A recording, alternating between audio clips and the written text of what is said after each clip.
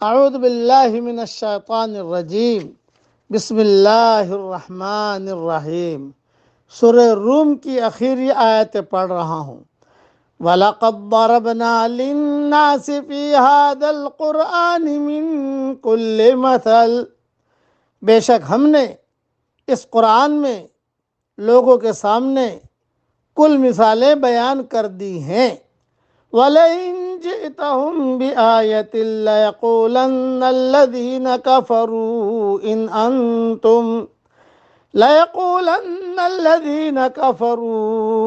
أَنْتُمْ إِلَّا مُبْطِلُونَ۔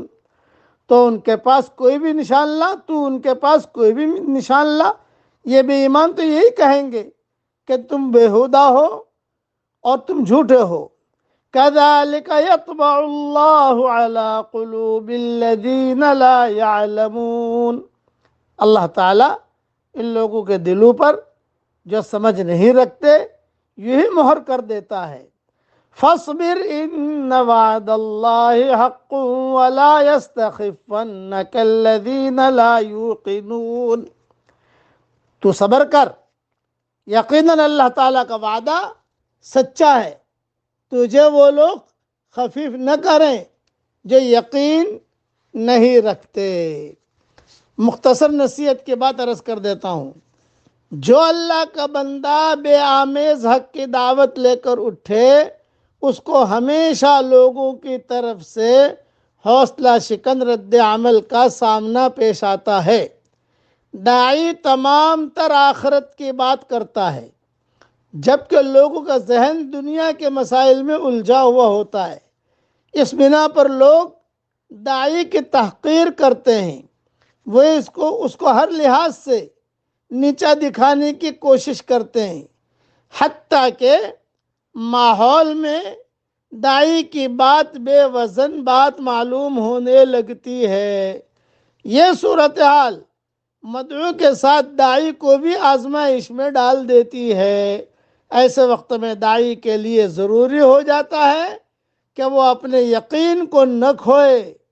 اگر حالات کے دباؤ کے تحت اس نے اپنے یقین کو کھو دیا تو وہ ایسی بات بولنے لگے گا جو عام لوگوں کو شاید اہم معلوم ہو، مگر اللہ کی نظر میں اس سے زیادہ غیر اہم بات اور کوئی نہ ہوگی۔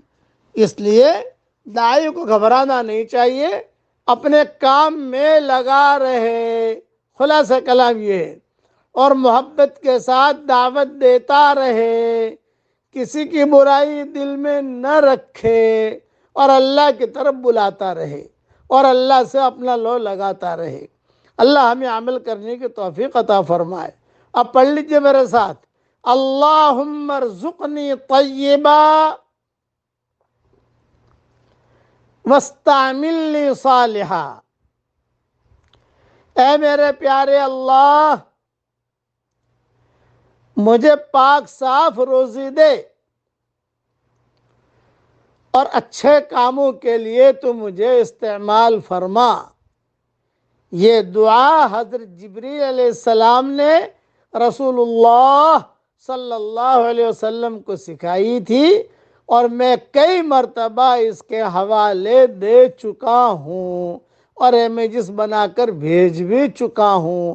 اب یہ باقی رہنے والی نیکیاں جو ہماری روزانہ ایک آتی ہے دعا، اس میں انشاءاللہ یہ دعا بھی آ جائے گی۔ اللہ تعالیٰ یہ دعا ہم سب کے لیے قبول فرمائے، آمین۔ وآخر دعوانا ان الحمدللہ رب العالمین۔